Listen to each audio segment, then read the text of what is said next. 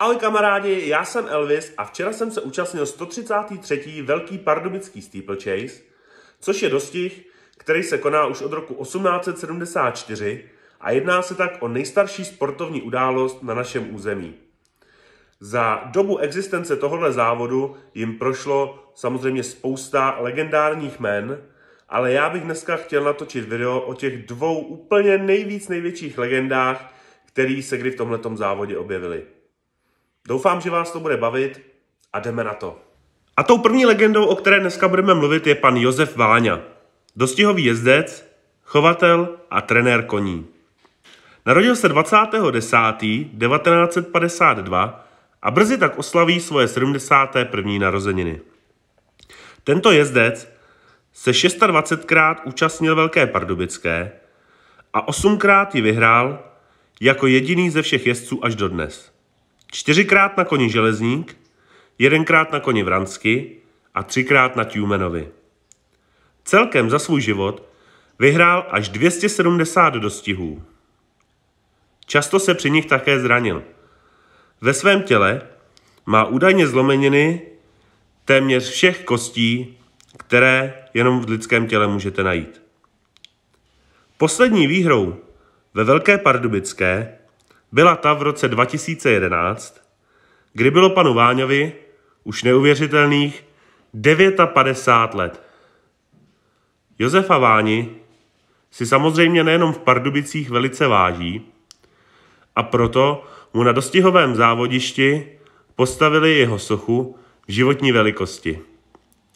Myslím, že pana Váni bychom si měli vážit všichni a já mu přeju za sebe hodně zdraví do dalších let a mnoho úspěchů jeho stáji. Tak a tou druhou legendou, bez které by to nešlo, je kůň Železník. Železník se narodil v roce 1978 v Šamoríně na Slovensku a za svůj život vyhrál neuvěřitelných 30 dostihových závodů. Jeho majitelem byl státní statek Světlá hora, který ho zakoupil v roce 1982 se zraněním zadní nohy za 90 000 korun. 4krát se stal vítězem Velké pardubické. V roce 1985 tam startoval poprvé s žokejem Antonínem Novákem.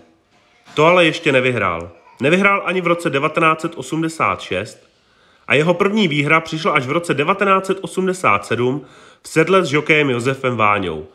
Poté vyhrál ještě v roce 1988, v roce 1989 a v roce 1991, ze kterého je i video, na které se právě koukáte. Na záběr, které vidíte, je vidět, že na Poplerově skoku spadly 2 koně. Jedním z nich byl i Železník s žokejem Josefem Váňou. Ten ale neváhal, naskočil zpátky na Železníka a vydal se zpátky do neuvěřitelného boje o vítězství.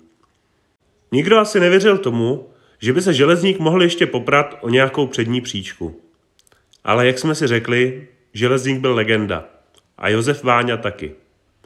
Nejenom, že se mu podařilo dostat se zpátky na přední místa tohoto dostihu, ale jak můžete vidět, brzy se probojoval na druhé a v zápětí na první místo tohoto dostihu.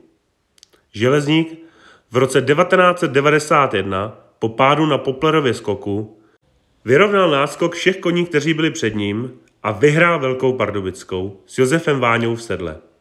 Železník bohužel zemřel v roce 2004. Budiž mu země lehká.